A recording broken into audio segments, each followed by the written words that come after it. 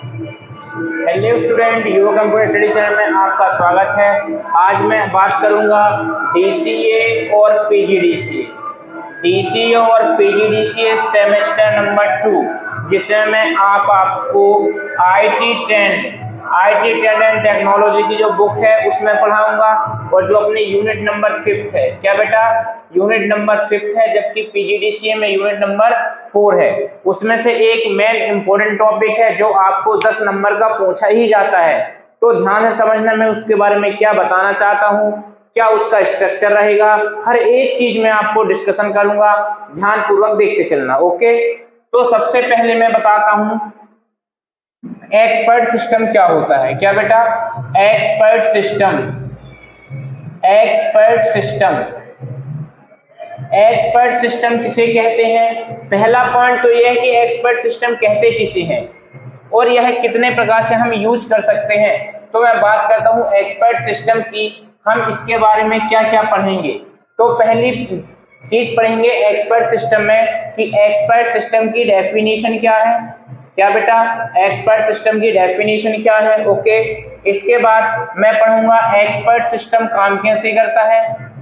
Expert system कैसे काम करता है, कैसे काम करता है। तीसरी चीज हम पढ़ेंगे एक्सपर्ट सिस्टम के कंपोनेंट। क्या? Component of expert system. Component of expert system. Expert system, ठीक है। इसके बाद मैं आगे पढ़ाऊंगा इसी में हमें एक्सपर्ट सिस्टम की जरूरत क्यों पड़ी। Need of expert system. Okay, मतलब क्या होगा? एक्सपर्ट सिस्टम की जरूरत क्यों पड़ी। एक्सपर्ट सिस्टम की जरूरत क्यों पड़ी, क्यों पड़ी। ओके, इसी में अगला है कि एक्सपर्ट सिस्टम के गुण क्या हैं। क्या बेटा? गुण क्या है। तो आज मैं एक्सपर्ट सिस्टम से रिलेटेड 1, 2, 3, 4 और 5 चीजें मैं आपको बताऊंगा कि एक्सपर्ट सिस्टम क्या होता है, इसकी डेफिनेशन क्या होती है, एक्सपर्ट सिस्टम कैसे काम करता है, एक्सपर्ट सिस्टम के कंपोनेंट क्या होते हैं, एक्सपर्ट सिस्टम की हमें जरूरत क्यों पड़ती है, और एक्सपर्ट सिस्टम के गुण क्या होते हैं। तो मैं एक एक करके सारी चीज क्लियर करता हूं। ओके, तो सबसे पहले हम देखेंगे एक्सपर्ट सिस्टम की डेफिनेशन क्या होती है। इसको मैं यहां से रफ करता हूं। पहली चीज है एक्सपर्ट सिस्टम की डेफिनेशन। ओके, एक्सपर्ट सिस्टम की डेफिनेशन। यदि मैं बात करता हूं बेटा कि एक्सपर्ट सिस्टम किसे कहते हैं, तो यदि मैं कॉमन वर्डों में लिखूं तो क्या कहलाएगा। जो अपना एक्सपर्ट सिस्टम है, जो हमारा एक्सपर्ट सिस्टम है, ध्यान से समझना आपको, और दूसरी डेफिनेशन देखने की कोई जरूरत नहीं है। जो मैं आपको बताते चलता हूं वो देखते बस चलना। ओके, एक्सपर्ट सिस्टम एक आर्टिफिशियल इंटेलिजेंस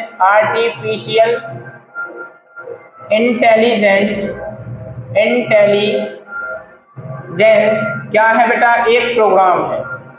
ये चीज का ध्यान रखना।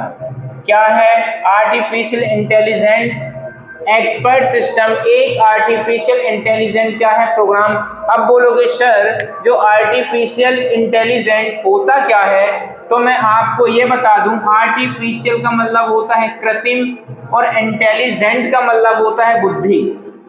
ओके, अब यदि आपसे बोला गया कि ऐसी बुद्धि जो मानव के द्वारा दी गई हो उसे बेटा आर्टिफिशियल इंटेलिजेंस कहते हैं। ओके, ऐसी बुद्धि जो मानव के द्वारा किसी तीसरे व्यक्ति के ऊपर स्टोर की गई हो उसे बोलते हैं आर्टिफिशियल इंटेलिजेंस। अब बात करते हैं एक्सपर्ट सिस्टम की। तो एक्सपर्ट सिस्टम एक आर्टिफिशियल इंटेलिजेंट क्या है? प्रोग्राम है, जिसका उपयोग बेटा क्या? जिसका उपयोग काय के लिए किया जाता है? जिसका उपयोग कठिन समस्याओं को सॉल्व करने में किया जाता है। यदि आपसे कोई बोलता है कि एक्सपर्ट सिस्टम क्या है, तो आप सिंपल डेफिनेशन देना, एक्सपर्ट सिस्टम एक आर्टिफिशियल इंटेलिजेंट प्रोग्राम है जो कठिन से कठिन समस्या को आसानी से सॉल्व कर देता है। अब बोलोगे सर इसका कोई एक एग्जांपल दे दो, तो इसका एग्जांपल जो रहेगा ध्यान समझना, जैसे कि आप कभी भी कुछ टाइपिंग करते हैं। क्या टाइपिंग करते हैं? जैसे मैं यहाँ पर टेबल लिखता हूँ, टेबल, TABE, टेबल, ओके, और यहाँ पर मैं ए और लगा दिया, तो ये बताओ टेबल की स्पेलिंग यहाँ पर गलत है, तो यहाँ पर अपन को क्या सजेस्ट कर देता है रेड लाइन में, यहाँ पर स्पेलिंग में क्या गलत है, यहाँ पर ए नहीं आना चाहिए। जब भी हम कुछ चीजें टाइपिंग करते हैं व्हाट्सएप, इंस्टाग्राम या कंप्यूटर में, तो जो हमारे द्वारा कुछ चीजें गलती हो जाती है तो एक्सपर्ट सिस्टम क्या करता है, उस गलती को हमें सजेस्ट कर देता है कि ये चीजें आप गलत लिख रहे हो, इसको सही लिखो, ओके।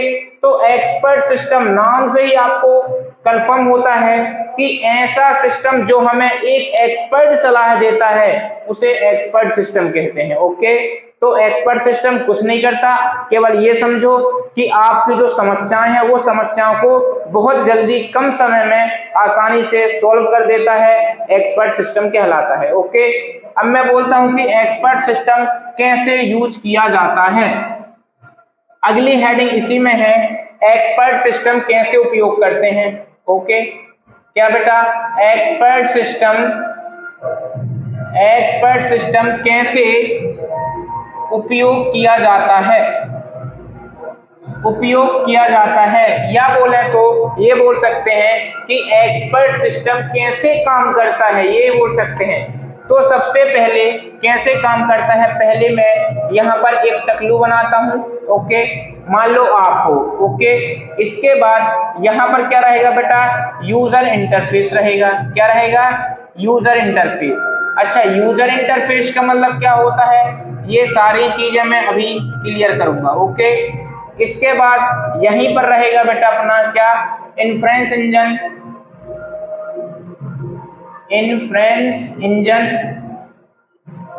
इसी में रहेगा, और यूजर इंटरफेस में ही क्या रहेगा बेटा? अपना नॉलेज बेस,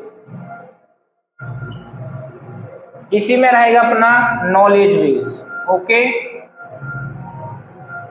नॉलेज बेस इसी में रहेगा।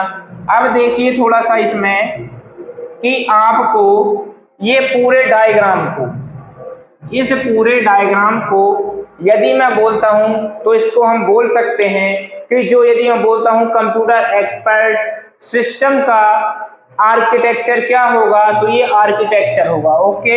और जो यहां से हमें सजेस्ट किया जाता है उस क्वेरी को हम क्या कर लेते हैं बेटा? एक्सेप्ट कर लेते हैं। क्या कर लेते हैं? एक्सेप्ट कर लेते हैं। अब समझना कैसे, मान लो ये आप हो, डोमेन है, ये क्या है? जो हम टाइपिंग करते हैं। यूजर इंटरफेस क्या कहलाता है? जैसे मैं बोलता हूं ये आपकी स्क्रीन है, स्क्रीन में आप कुछ भी लिख रहे हो तो वो स्क्रीन आपके लिए इंटरफेस कहलाती है। क्यों? क्योंकि मैंने इंटरफेस की डेफिनेशन दिया है, कंप्यूटर और कंप्यूटर यूजर के मध्य जो भी स्पेस होता है उसे इंटरफेस कहते हैं, ओके। तो यहां से हम कुछ भी लिखते हैं तो सबसे पहले स्क्रीन में लिखते हैं, तो जो हमें स्क्रीन दिखती है वो यूजर इंटरफेस कहलाती है। अब जो हमारे द्वारा डेटा टाइप लिखा करते हैं तो क्या कौन चेक करता है बेटा? इन्फ्रेंस इंजन चेक करता है। ये चेक करता है कि जो लिखा है क्या वो सही है, यदि सही है तो ठीक है, और नहीं है तो क्या होता है, उसके नीचे जो भी हम टाइप करते हैं उसके नीचे एक लाइन आ जाती है और वो बताता है कि जो आपके द्वारा टाइप किया हुआ डेटा है वो गलत लिखा हुआ है, ओके। और वो कहाँ से चेक करते हैं? अपने नॉलेज बेस से। नॉलेज बेस एक बहुत ही बड़ा डिक्शनरी स्टोरेज है, इसमें आप दुनिया भर के वर्ड छिपे होते हैं, स्टोर होते हैं, जो हमारे द्वारा टाइप किए जाते हैं। इन्फ्रेंस इंजन इससे क्या करता है? मिलता है, मिलाता है और देखता है कि जो यूजर टाइप किया है क्या वो सही है या गलत है, ओके। तो मैं बोलता हूँ ये एक्सपर्ट सिस्टम का एक प्रकार से आर्किटेक्चर है, और मैंने इसकी कार्यविधि बता दी कि ये कार्यविधि कैसे काम करती है। अब यदि मैं इसी में अगला क्वेश्चन की बात करता हूं कि एक्सपर्ट सिस्टम के कंपोनेंट क्या हैं, कंपोनेंट ऑफ एक्सपर्ट सिस्टम, तो मैं यहां पर कंपोनेंट का मतलब क्या होता है कि जो हमें आर्किटेक्चर में जो जो यूज किए जाते हैं उसी को तो कंपोनेंट बोलते हैं। जैसे यहां पर हमने क्या क्या यूज किया है बेटा? तो सबसे पहली चीज मैंने जो यूज किया है वो है क्या बेटा अपना यूजर इंटरफेस। ओके, क्या है यूजर इंटरफेस। दूसरा वर्ड क्या है अपना इन्फेरेंस इंजन, इन्फेरेंस इंजन है। ओके, इसके बाद तीसरा पॉइंट इसी में क्या है बेटा नॉलेज बेस है, नॉलेज बेस है। तो ये मैं आपको बता दिया क्या कंपोनेंट ऑफ एक्सपर्ट सिस्टम। तो ये तीन चीजें हैं, इसको मैं और डिस्क्रिप्शन करता हूं, इसकी आप पहले स्क्रीनशॉट लीजिए फिर इसको और मैं डिटेल से बताता हूं।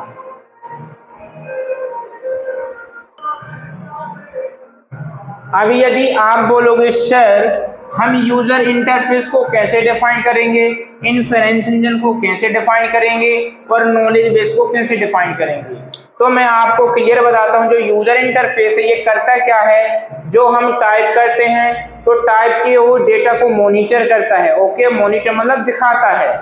इसके बाद इन्फेरेंस इंजन क्या करता है, जो यूजर द्वारा टाइप किया हुआ डेटा है उस डेटा को चेक करता है कि हम सही लिखे हैं या नहीं लिखे हैं। इसके बाद आता है नॉलेज बेस। टाइप किया हुआ डेटा यदि सही लिखा है तो नॉलेज बेस से हमें जितने भी नॉलेज बेस के अंदर कीवर्ड स्टोर होते हैं वो सारे हमें कौन बता देता है, इन्फेरेंस इंजन बता देता है। कहां से देख के बताता है, नॉलेज बेस के अंदर बहुत सारे वर्डों का एक समूह होता है। यदि हमारे द्वारा डेटा सही लिखा होता है तो वह सही पुश कर देता है और गलत होता है तो उसके नीचे रेड लाइन आ जाती है। ओके, तो ये कुछ चीजें हैं जो एक्सपर्ट सिस्टम से रिलेटिव इंपॉर्टेंट है। जितना मैं बताते जा रहा हूं आप उतना देखते चलना, आपको पूरे के पूरे 10 नंबर मिलने वाले हैं, एक नंबर भी कट नहीं हो सकता, ये मेरी गारंटी है। ओके, इसके बाद मैं इसी में एक पॉइंट और डिस्कशन करता हूं। कौन सा पॉइंट डिस्कशन करता हूं कि जो एक्सपर्ट सिस्टम होता है, एक्सपर्ट सिस्टम की आवश्यकता हमें क्यों पड़ी। क्या बेटा, एक्सपर्ट सिस्टम की आवश्यकता हमें क्यों पड़ी, एक्सपर्ट सिस्टम की आवश्यकता क्यों पड़ी। तो मैं यहां पर पहला पॉइंट लिख सकता हूं कि जो मानव काम करता है लगातार काम नहीं कर सकता है, उसे मेंटली रूप से थकावट हो जाती है। लेकिन जो हमारा एक्सपर्ट सिस्टम है वह मेंटली रूप से थकता नहीं है। ओके, तो पहली चीज तो मैं बोलता हूं कि थकावट। यदि ये मानव सारे काम करता है तो वह मानसिक रूप से थक जाता है, लेकिन हमारा जो एक्सपर्ट सिस्टम है वह कभी नहीं थकता, हमेशा वर्क को ऑपरेट करता रहता है। ओके, दूसरी चीज, यदि मानव वर्कलोड एक्स्ट्रा हो जाता है तो वहां पर मानव कंटिन्यू काम नहीं कर सकता है, और एक्सपर्ट सिस्टम में कितना भी डेटा लोड हो वह आसानी पूर्वक उसको सॉल्व कर सकता है। ओके, तीसरी चीज, यदि मानव जटिल समस्या है, यदि मानव के साथ जटिल समस्या है तो वह निर्णय लेने में असक्षम होता है, जबकि हमारा एक्सपर्ट सिस्टम आसानी से किसी भी कठिन समस्या को सॉल्व कर देता है। इसलिए हमें एक्सपर्ट सिस्टम की आवश्यकता पड़ी। ओके, इसी में अगला पॉइंट ये मैं समझूं तो बहुत सारे ऐसे एम्प्लॉय होते हैं, कर्मचारी होते हैं जो किसी कंपनी में वर्क करते हैं, लेकिन वह वर्क करते करते कभी झूठ बोल देते हैं कि बॉस आया ये काम नहीं हुआ, ये बहाना बता दिया। और एक्सपर्ट सिस्टम ऐसा बिल्कुल भी नहीं है, यदि वह काम कर सकता है तो एक्सेप्ट करेगा और एक्सपर्ट सिस्टम काम नहीं कर सकता तो एरर मार देगा। ओके, इसके बाद अगला है पांचवा, सीमित वर्किंग। इसमें क्या जाता है सीमित वर्किंग में कि जो मानव होता है एक सीमा तक वर्क कर सकता है, जबकि जो अपना एक्सपर्ट सिस्टम होता है वह असीमित वर्किंग कर सकता है। आप इसको 24 घंटे रेगुलर 7 दिन भी करवाओगे तो जो हमारा एक्सपर्ट सिस्टम है वह असीमित वर्क करने में सक्षम होता है। ओके, तो मेरे कॉन्सेप्ट से आपको क्लियर हुआ होगा कि एक्सपर्ट सिस्टम की आवश्यकता क्यों पड़ी, हमें क्यों नीड थी एक्सपर्ट सिस्टम की। और इसके बाद यदि मैं बोलता हूं कि एक्सपर्ट सिस्टम के फीचर क्या हैं, एक्सपर्ट सिस्टम के गुण क्या हैं, तो वहां पर थोड़ा सा देखना एक्सपर्ट सिस्टम के गुण, मतलब कि एक्सपर्ट सिस्टम हमें क्या क्या करके दे सकता है। ओके, तो यदि मैं बोलता हूं कि feature of expert system, feature of expert system, तो यहां पर पहला पॉइंट है अपना बैकवर्ड, क्या जाएगा बेटा, बैकवर्ड चेंजिंग, बैकवर्ड चेंजिंग। इसका मतलब क्या होता है, यदि मानव द्वारा एक्सपर्ट सिस्टम को कोई वैल्यू दी जाती है, फॉर एग्जांपल a बराबर 1, b की वैल्यू 2 है, c की वैल्यू 3 है, तो एक्सपर्ट सिस्टम एक अनुमानित काम कर देता है कि d की वैल्यू 4 होगी। यदि हम एक्सपर्ट सिस्टम को a की वैल्यू 2 देते हैं, b की वैल्यू 4 देते हैं, c की वैल्यू 6 देते हैं, तो d की वैल्यू 8, ये अनुमान लगा लेता है कौन, एक्सपर्ट सिस्टम। कैसे लगाता है, क्योंकि इनके मध्य में 2-2 का अंतर आ रहा है, तो सीधी बात है कि जो अगला अंतर आएगा वो भी आएगा क्या, 2 का अंतर। तो यही चीज होती है एक्सपर्ट सिस्टम बैकवर्ड चेनिंग की। ओके, चेनिंग का मतलब क्या होता है बेटा, कि जो पहले से चलता आ रहा है उसी को आप सतत रखो, कंटिन्यू रखो, उसी को तो बोलते हैं बैकवर्ड चेनिंग। जो आपने पीछे किया, बैक, जो आपने पीछे किया उसी काम को आप निरंतर करते रहो, उसको बोलते हैं बैकवर्ड चेनिंग। ओके, इसके बाद में अगला पॉइंट की बात करता हूं इसी में, तो आ जाएगा डेटा रिप्रेजेंटेशन, डेटा रिप्रेजेंटेशन। अब डेटा रिप्रेजेंटेशन का मतलब क्या होता है, देखो प्रेजेंटेशन का मतलब क्या होता है, प्रदर्शित करना। क्या होता है बेटा, प्रदर्शित करना।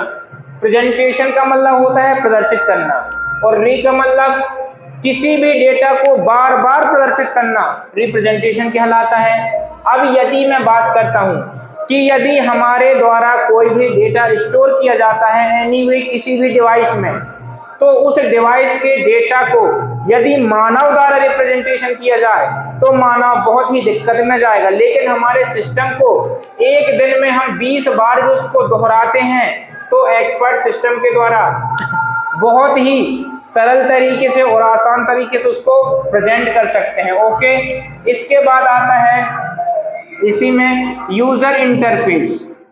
क्या बेटा, यूजर इंटरफेस, जो कि मैं आपको बता दिया हूं कि जो इंटरफेस होता है, यूजर इंटरफेस, एक्सपर्ट सिस्टम और जो यूजर होता है उसके बीच की दूरी क्या कहलाती है बेटा, यूजर इंटरफेस कहलाती है। ओके, इसके बाद इसी में यदि मैं अगला पॉइंट लिखता हूं, चौथा पॉइंट, तो वो क्या हो सकता है बेटा, एक्सप्लेन।